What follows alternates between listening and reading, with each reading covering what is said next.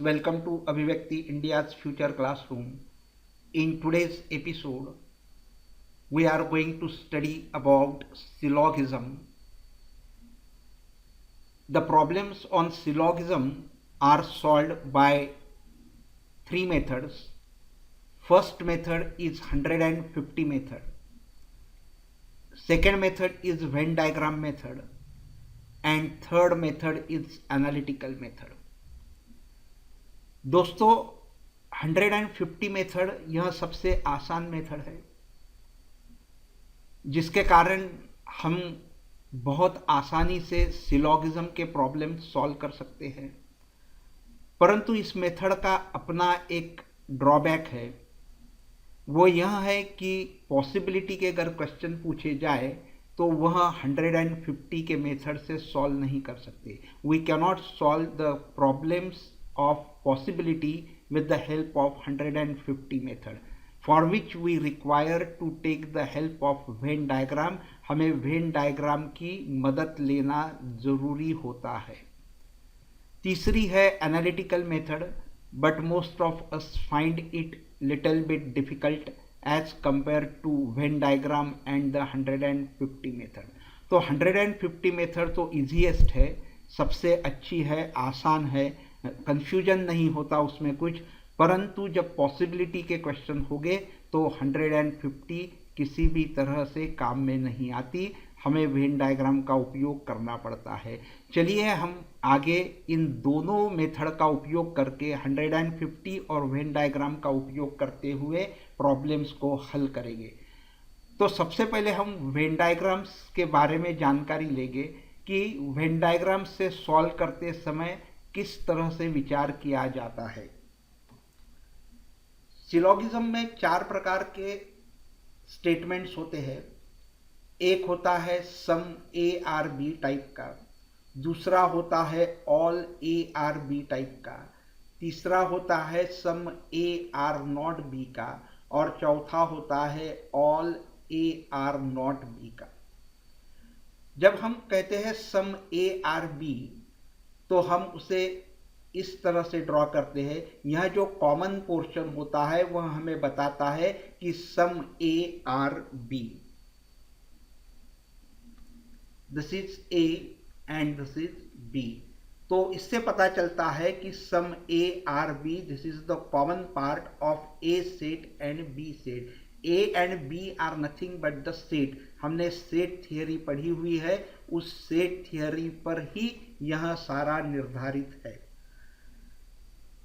जब हम कहते हैं ऑल ए आर बी, इसका मतलब है कि यह जो ए सेट है इसमें के सारे एलिमेंट जो है वह बी सेट में भी है, उसके अलावा कुछ और एलिमेंट्स भी है। हम जब ए सेट लिखते हैं तो इस तरह से लिखते हैं ए सेट, इसमें एलिमेंट्स होते हैं जैसे कि 1 2 3 4 सो एंड। और बी सेट जब हम लिखते हैं तो इस तरह से लिखते हैं 5 3 7 लाइक दैट। तो ये जो होते हैं ये 1 2 3 हो गए, यह जरूरी नहीं, यह कोई भी एलिमेंट्स हो सकते हैं, इसे हम एलिमेंट्स कहते हैं। तो ए सेट में जो भी एलिमेंट्स है वो सारे के सारे बी सेट में है। जब हम ऐसा कहते हैं तब उसको हम वेन डायग्राम में इस तरह से बताते हैं कि ए सर्कल बी सर्कल के अंदर में ड्रॉ करते हैं।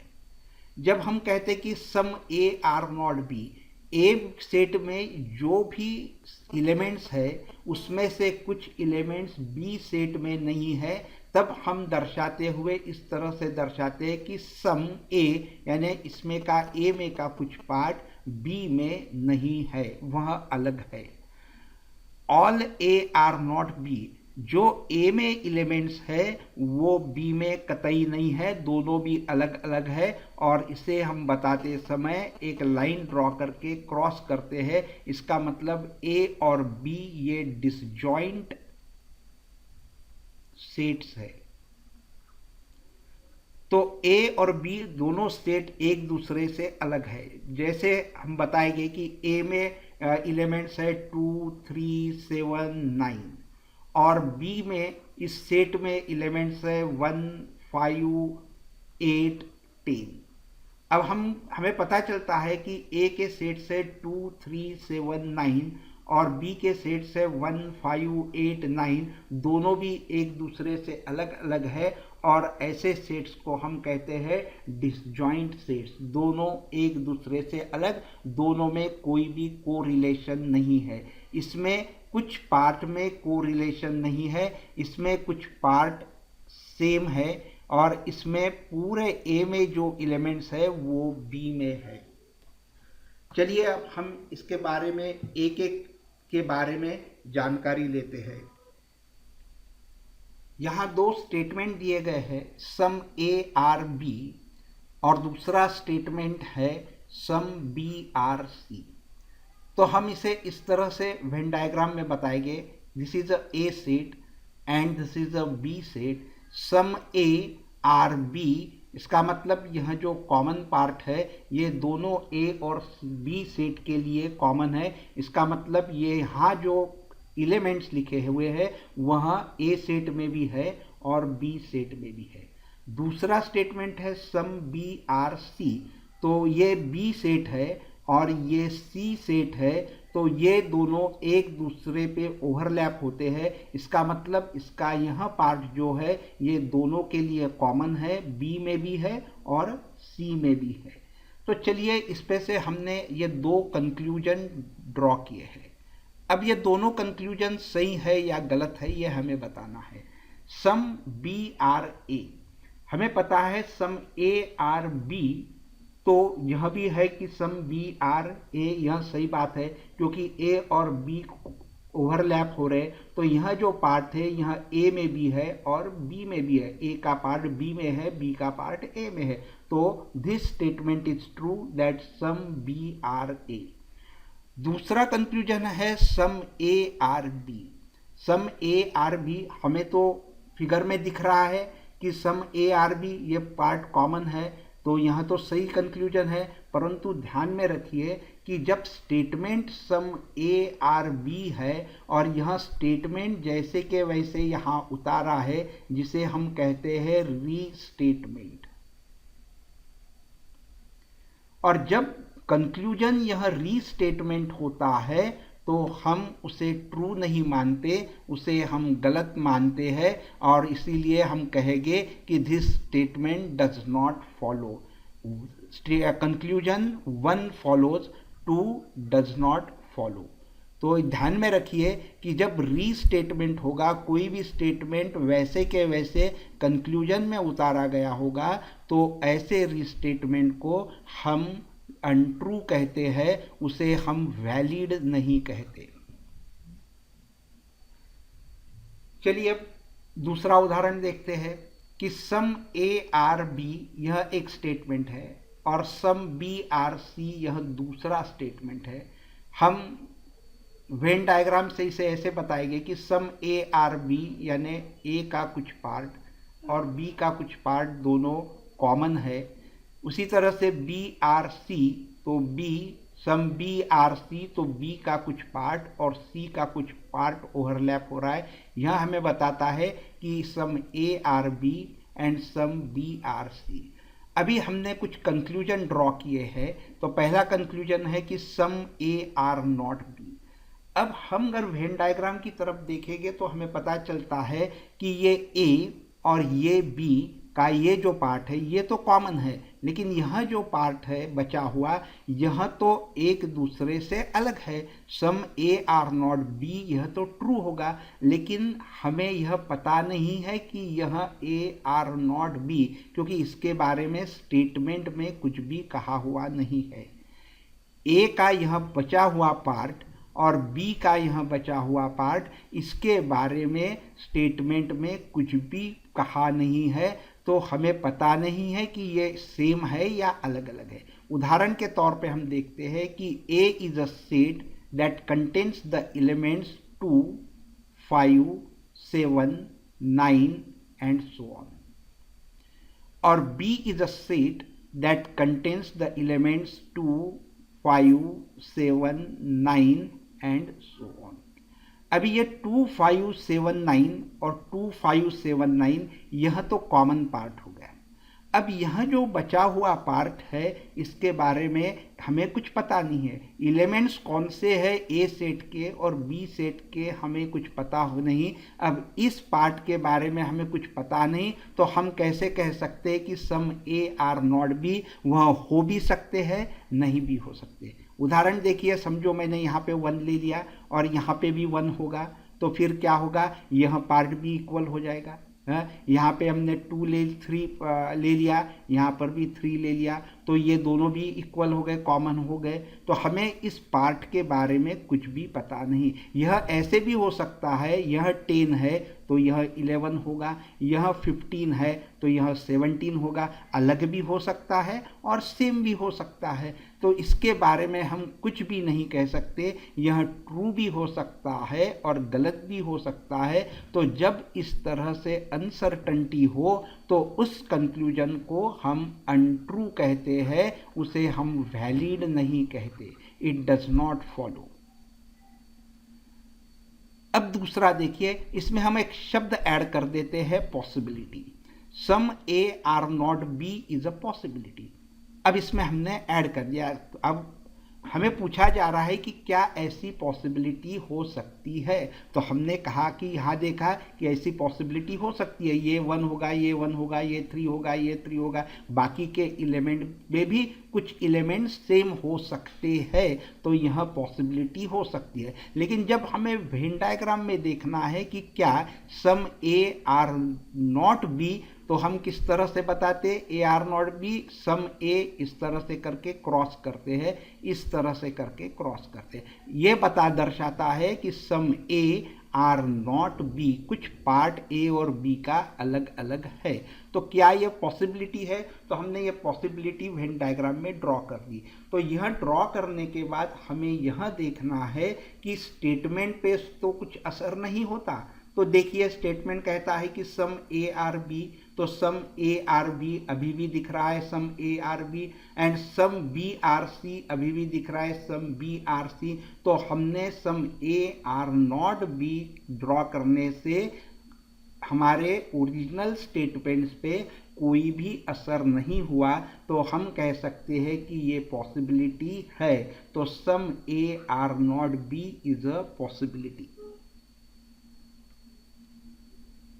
अब चलिए हम अगले सिचुएशन की ओर बढ़ते हैं। स्टेटमेंट्स वही है, सम ए आर बी, और दूसरा स्टेटमेंट है सम बी आर सी। यह ए सेट है, यह बी सेट है। इस ए और बी सेट का यह पार्ट कॉमन है, ओवरलैपिंग है, इसलिए हम कहते हैं कि सम ए आर बी।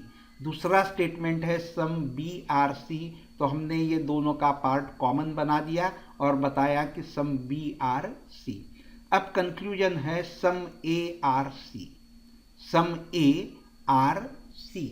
अब यहाँ पे हमें पता चलता है कि ये जो ए और सी का यह जो बचा हुआ पार्ट है,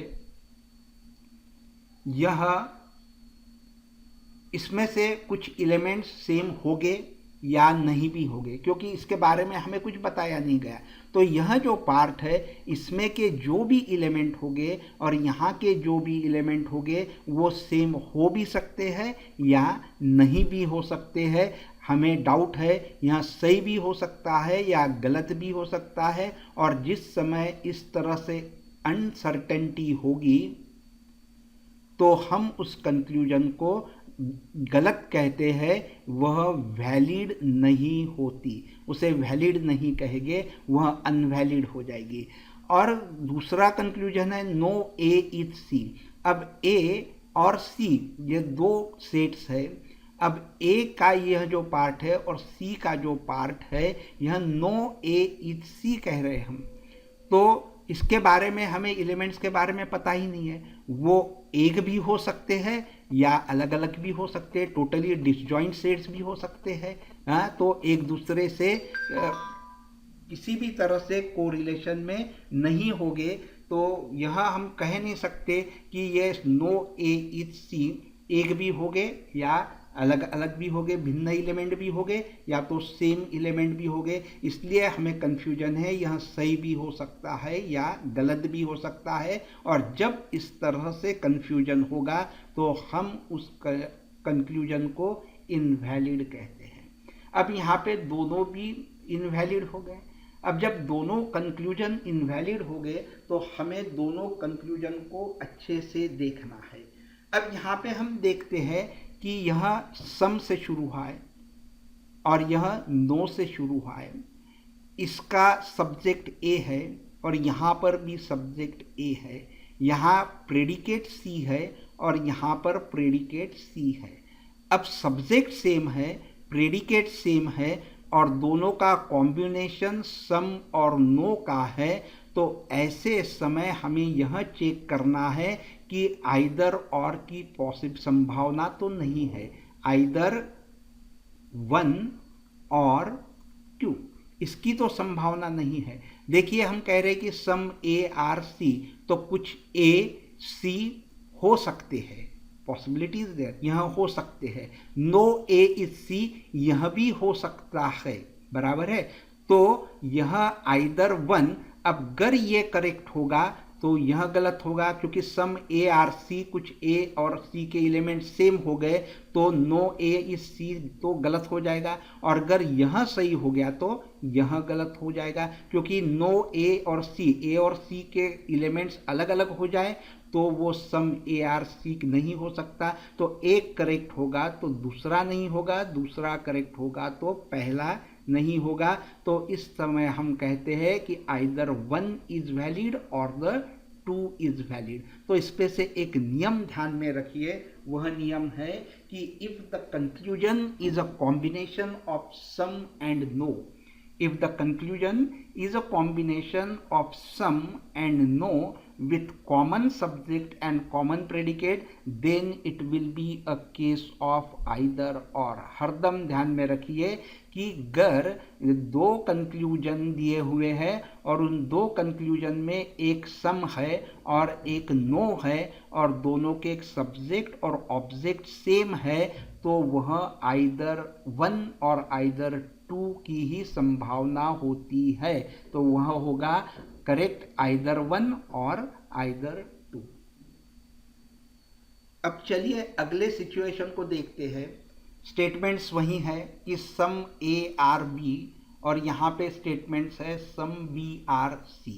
तो सम ए आर बी यह कॉमन पार्ट है, सम बी आर सी यह दोनों का कॉमन पार्ट है। अब हमें कंक्लूजन्स दिए हैं कि some A are C is a possibility. पहले वाले में हमने देखा था सम ए आर सी और नो ए इज सी। अब यहाँ पे हमने एक एक वर्ड ऐड कर दिया, possibility. Some A are C is a possibility. यह ए का सेट जो है और यह सी सेट जो है, इन दोनों सेट्स में एलिमेंट्स, कुछ एलिमेंट्स सेम हो सकते हैं। यहाँ 1 है तो यहाँ 1 है, यहाँ 5 है तो यहाँ पर भी 5 है। ये पॉसिबिलिटी है, ये पॉसिबिलिटी हो सकती है। यानी कर यह सर्कल हमने इस तरह से ड्रॉ कर दिया, बराबर है। तो यह बताएगा सम ए आर सी, ये कॉमन पार्ट हो जाएगा। अब हमें देखना है कि क्या इससे स्टेटमेंट पे कोई असर होता है कि सम ए आर बी अभी भी है सम ए आर बी, और सम बी आर सी तो सम बी आर सी अभी भी है, इसलिए सम ए आर सी यह पॉसिबिलिटी हो सकती है। अब no A are C is a possibility, इसलिए यह वैलिड हो सकता है। No A are C is a possibility, तो नो ए आर सी तो यह टोटली अलग अलग हो सकते हैं, दोनों में के एलिमेंट टोटली अलग अलग हो सकते हैं, यह भी पॉसिबिलिटी है। तो no A are C is a possibility, यह भी वैलिड है। अब दोनों भी वैलिड कंक्लूजन्स है। अब यहाँ पे हमने देखना है कि यह सम से शुरू हुआ है, यह नो से शुरू हो गया है, ऑब्जेक्ट सेम है और प्रेडिकेट भी सेम है, करेक्ट। सब्जेक्ट सेम है और प्रेडिकेट भी सेम है। तो जब सब्जेक्ट और प्रेडिकेट सेम होगा और सम और नो का कॉम्बिनेशन होगा, तो हमें फिर यह देखना है कि क्या यह पॉसिबिलिटी आइदर 1 और 2 है या तो बोथ 1 और 2 है। तो यहां हमने देखा कि some A are C is a possibility, यह भी करेक्ट है। Some and no A are C is a possibility, यह भी वैलिड है। जब दोनों भी कंक्लूजन वैलिड हो गए तो हमें देखना है कि क्या आइदर 1 और 2 की संभावना है। तो इस पर एक नियम ध्यान में रखिए, हरदम के लिए ध्यान में रखिए कि if the possibility conclusion is a combination of some and no, यह सम और नो का कॉम्बिनेशन होगा with common subject and common predicate, common subject and common predicate, and both individual conclusions are true. हमने देखा कि both individually यह correct है और इंडिविजुअली यह भी करेक्ट है। देन चेक फॉर आइदर 1 और 2 और बोथ 1 एंड 2 ऑप्शन। तो हमें जब ऐसी सिचुएशन आएगी तो हमने चेक करना है कि वेदर आइदर 1 और 2 पॉसिबल है, करेक्ट है, या बोथ 1 और 2 करेक्ट है। चलिए अगली सिचुएशन देखते हैं। यहाँ स्टेटमेंट है some A are B. So some A are B, यह उसका कॉमन पार्ट है ए का और बी का। ऑल बी आर सी, इसलिए बी सर्कल को सी सर्कल के अंदर ड्रॉ किया।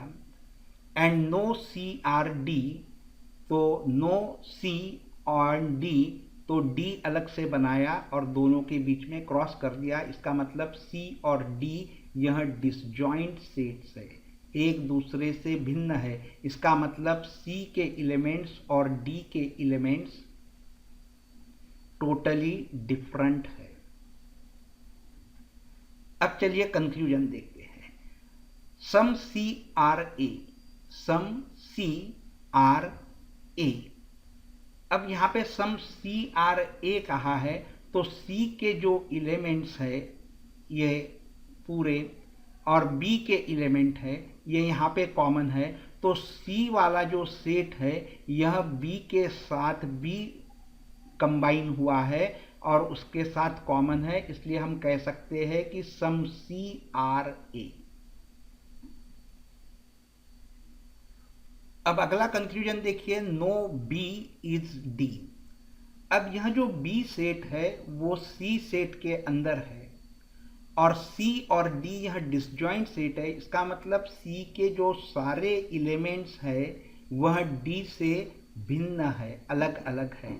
तो जब सी के सारे एलिमेंट डी से अलग है तो बी के और डी के एलिमेंट एक कैसे हो सकते हैं, वह भी भिन्न ही रहेंगे। इसलिए नो बी इज डी यह ट्रू कंक्लूजन है। यह ध्यान में रखिए कि सी और डी जब डिसजॉइंट सेट होते हैं तो बी और डी भी डिसजॉइंट सेट हो गए क्योंकि बी ये सी का ही पार्ट है। अभी अगली सिचुएशन देखिए। सिचुएशन तो वही है, कंक्लूजन्स अलग है।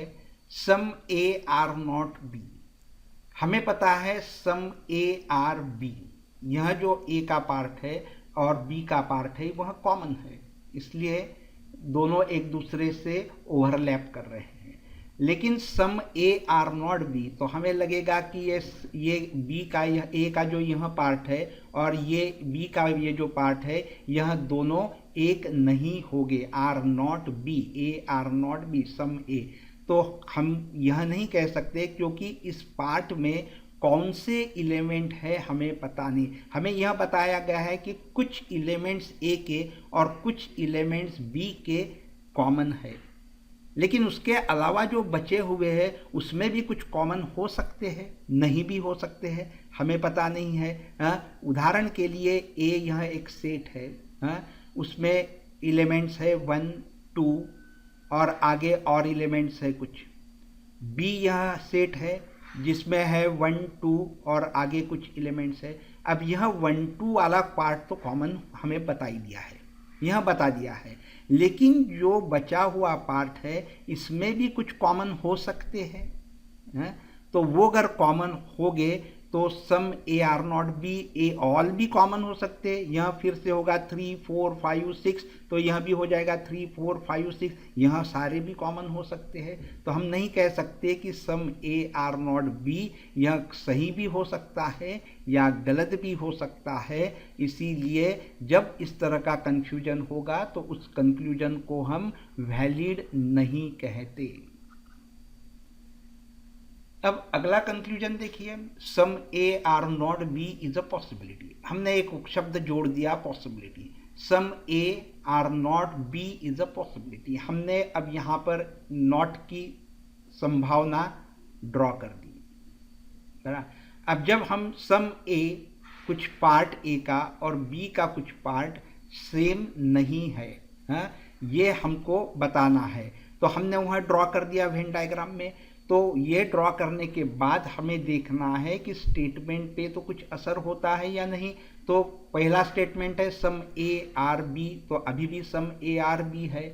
ऑल बी आर सी, तो ऑल बी आर सी अभी भी वैसे के वैसे है, और नो सी आर डी, सी और डी डिसजॉइंट सेट है। तो हमारे ओरिजिनल स्टेटमेंट पे इसका कोई असर नहीं हो रहा है, तो हम कह सकते हैं कि some A are not B is a possibility, ये ऐसा हो सकता है। तो यह स्टेटमेंट ट्रू हो जाएगा, यह स्टेटमेंट वैलिड हो जाएगा। अगला कंक्लूजन है some C are B, some C are B. अब यहां पे हमको पता है कि ऑल बी आर सी, इसका मतलब यह जो पार्ट है बी का, यह सी का भी पार्ट है। तो इसी का मतलब सम सी आर बी यह भी करेक्ट है। तो सम सी आर बी यह भी एक वैलिड कंक्लूजन है, क्योंकि यह भी जो बी वाला पार्ट बताया है यह भी सी का भी पार्ट है, इसीलिए सम सी आर बी। अब चलिए अगली सिचुएशन देखते हैं। सिचुएशन तो वही है, कंक्लूजन में बदलाव किया है। अब यहां कंक्लूजन है some C are not B, some C are not B. जब हम कह रहे ऑल बी आर सी, तो हम तो यहां देख रहे हैं कि यह जो पार्ट है यह बी नहीं है, फिगर में तो दिख रहा है, वेन डायग्राम में तो दिख रहा है। तो हम कहेंगे कि सम सी आर नॉट बी यह करेक्ट है, यह वैलिड है, यह ट्रू है। लेकिन ऐसा नहीं है, हमें यह कहा गया कि ऑल बी आर सी, लेकिन सी के जो बचे हुए एलिमेंट है यह बी जैसे ही है या नहीं है, यह हमें पता नहीं। चलिए हम उदाहरण देखते हैं कि बी यह सेट है जिसमें एलिमेंट्स है 5 7 9 10 डैश डैश, और सी जो एलिमेंट है, सी जो सेट है उसमें एलिमेंट्स है 5 7 9 10 डैश डैश डैश, सॉरी ये मत लीजिए, ये इतना ही सेट है 5 7 9 10, और इस सी सेट में है 5 7 9 10 डैश डैश डैश। तो हम क्या कह रहे, ऑल बी में जितने भी सेट एलिमेंट्स है वो सारे सी में है। लेकिन ये जो एलिमेंट्स है यह कौन से हमें पता नहीं है, ये भी फिर से हो सकते हैं 5 7 9 10। अगर यह भी 5 7 9 10 हो जाएगा तो ये कैसे हो जाएंगे, कॉमन हो जाएंगे। तो उस समय फिगर कैसे बनेगी, एक सर्कल बनेगा, बी उसी में आएगा, सी भी उसी में आएगा, all B are C and all C are B. इस तरह से सिचुएशन बन जाएगी। तो some C are not B हम कह नहीं सकते, यहाँ जो एलिमेंट्स है यह बी के एलिमेंट जो है वह भी हो सकते हैं या तो नहीं भी हो सकते हैं। तो यह कंफ्यूजन है, तो इस कंफ्यूजन के कारण हम कहेंगे कि यह वैलिड नहीं है। आगे का स्टेटमेंट देखते हैं, some C are not B is a possibility. अब हमने पॉसिबिलिटी जोड़ दी, some C are not B. अब हम ड्रॉ करेंगे सम सी आर नॉट, कुछ सी जो है वो बी से अलग है, some C are not B, बराबर है। अब हम चेक करते हैं स्टेटमेंट्स को। A are, some A are B अभी भी है, ऑल बी आर सी अभी भी है, और उसमें हमने जोड़ दिया सम सी आर नॉट बी, कुछ सी ऐसे है जो बी नहीं है। तो चलिए यहाँ पे हमने ऐसा कर दिया, यहाँ कर दिया 6, यहाँ कर दिया 12। तो अब ये क्या हो जाएगा, ये सम सी आर नॉट बी।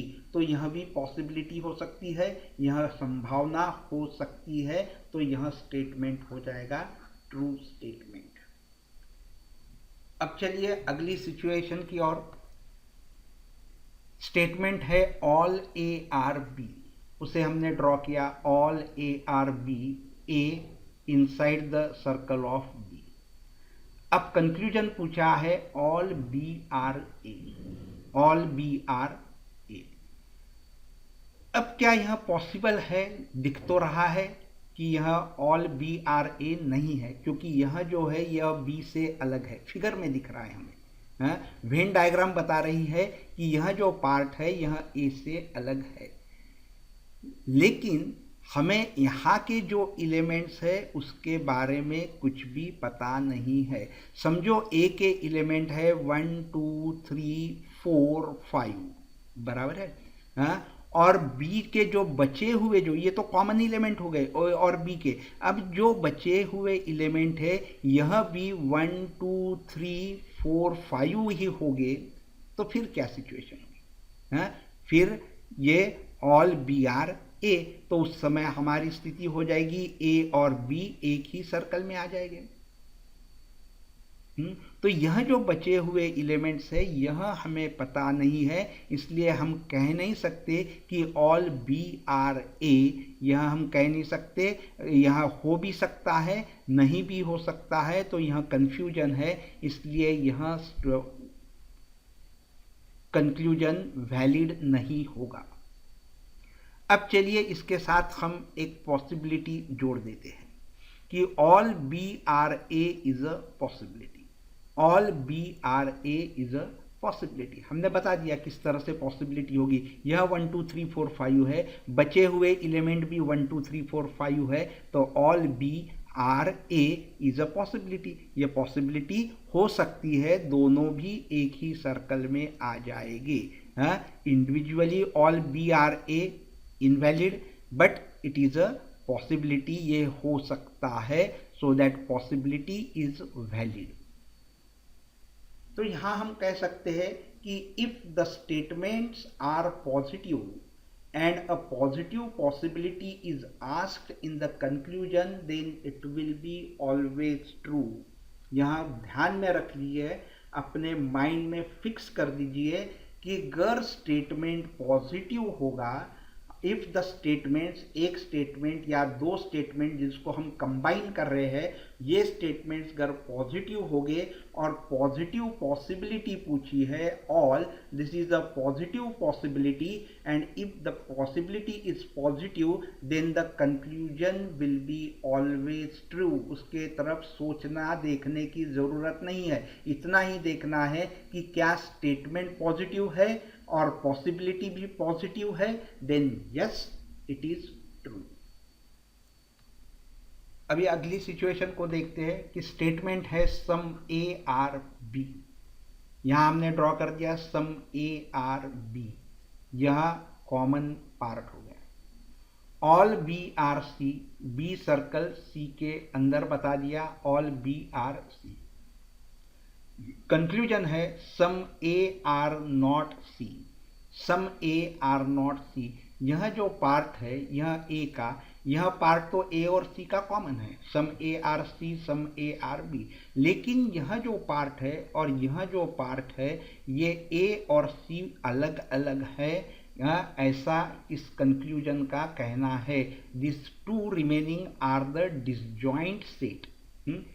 अब हमें ये एलिमेंट्स का पता नहीं है, ये डिसजॉइंट सेट भी हो सकते हैं या तो सेम भी हो सकते हैं, या इसमें के कुछ एलिमेंट सेम हो सकते हैं। यहाँ पे है 5, यहाँ पे है 7, यहाँ है 6, तो यहाँ पे होगा 5 9 और 8, तो यहाँ पे 5 और 5 कॉमन हो गया, सम ए आर सी हो गया, बराबर। तो ये यहाँ बीच में चले जाएगा। तो यह पॉसिबिलिटी है, हमें यहाँ के एलिमेंट मालूम नहीं, तो हम यह तय नहीं कर सकते whether some A are not C, या कुछ भी नहीं कह सकते, इसलिए यह ट्रू भी हो सकता है, फॉल्स भी हो सकता है। जिस समय यह कंफ्यूजन होगा तो हम ऐसे कंक्लूजन को वैलिड नहीं मानते। अब आगे का है all A are C. All A are C यानी यह जो बचे हुए हैं यह भी सी के जैसे ही है, यह हो सकता है, पॉसिबिलिटी है। ये अगर 5 7 6 हो गए, यह भी 5 7 6 हो गए, तो ये दोनों एक हो गए। तो इसकी सिचुएशन इस तरह से बनेगी, ए सम ए आर बी, और यह जो हो जाएगा यह बड़ा सर्कल हो जाएगा सी, उसमें ए भी समा गया, बी भी समा गया। हाँ, लेकिन यह होगा ही ऐसे ज़रूरी नहीं है। तो ए और सी, ऑल ए आर सी, यह पॉसिबल भी है और नहीं भी है। तो ये भी फिर से कंफ्यूजन वाला पार्ट है, तो यह भी वैलिड नहीं होगा। अब हमने देखा था कि सम, कंक्लूजन सम और नो का अगर कॉम्बिनेशन होगा तो क्या होता है, वहाँ आइदर और की केस होती है जिसमें सब्जेक्ट और प्रेडिकेट दोनों सेम हो गए। तो अब यहाँ पर देखो, यह सम नॉट और ऑल का कॉम्बिनेशन है। It is a combination of some not and all. तो जब सम नॉट और ऑल का कॉम्बिनेशन होगा और सब्जेक्ट और प्रेडिकेट दोनों सेम होंगे तो वह हरदम आइदर 1 और आइदर 2 का केस होता है।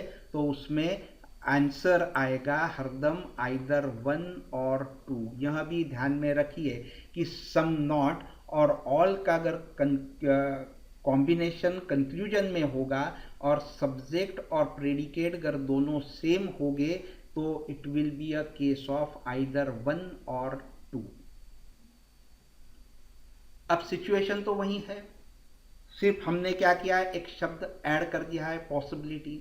Some A are not C is a possibility. Some A are not C is a possibility. यहां पे हमने बता दी possibility, some A are not C, some A are B, इस पे कुछ असर नहीं हो रहा है। सम बी आर सी, इस पे भी कुछ असर नहीं हो रहा है। Some A are not C, this possibility is true. Now all A are C is a possibility. अभी हमने बताया था कि ए सी हो सकता है, सम ए आर बी, और ये सी अगर ऐसे होगा तो क्या हो जाएगा, all A are C and all B are C. और हमारा स्टेटमेंट जो है ए सम ए आर बी, तो यह भी स्टेटमेंट पे कुछ असर नहीं हो रहा, तो यह भी पॉसिबिलिटी, यह भी संभावना ट्रू है। अब दोनों भी पॉसिबिलिटी ट्रू है। सम नॉट और ऑल का कॉम्बिनेशन है, सब्जेक्ट सेम है, प्रेडिकेट सेम है। जब ऐसी सिचुएशन होती है तो वह आइदर 1 और 2 या बोथ 1 और 2 का केस होता है। तो ध्यान में रखिए, if the combination is some not plus all and subject and objects are same and the conclusions, individual conclusions are true। दोनों भी इंडिविजुअली, यह इंडिविजुअली ट्रू है, यह भी इंडिविजुअली ट्रू है। तो हमें चेक करना है whether it is a case of either 1 और 2 और बोथ 1 और 2 and accordingly we have to give the answer। Now friends, I hope you must have enjoyed this video. If yes, please like it, share it with your friends and subscribe to the channel so that you will get all updates right into your mailbox। मित्रों, like किया करो, कुछ comments में लिखा करो, ताकि हमें कुछ और करने के लिए एनर्जी मिले। आपके लाइक्स और आपके कमेंट्स ही हमारे लिए एनर्जी प्रदान करते हैं ताकि हम और वीडियोस लेके आए। तो ध्यान रखिए, लाइक करना मत भूलिए और कमेंट्स करना मत भूलिए। जो आपको कहना है वह आप कमेंट्स के थ्रू कह सकते हैं। अगर कुछ अच्छा नहीं लगा तो वह भी बता दीजिए, because there is always a room for improvement. We will try to improve. Thank you very much. Friends, you might have enjoyed this video. Then go to thumbs up button and click. Then go to share tab and share with your friends on Facebook, Twitter, Google Plus and many more. And to get the updates right in your mailbox, don't forget to subscribe. Thank you very much.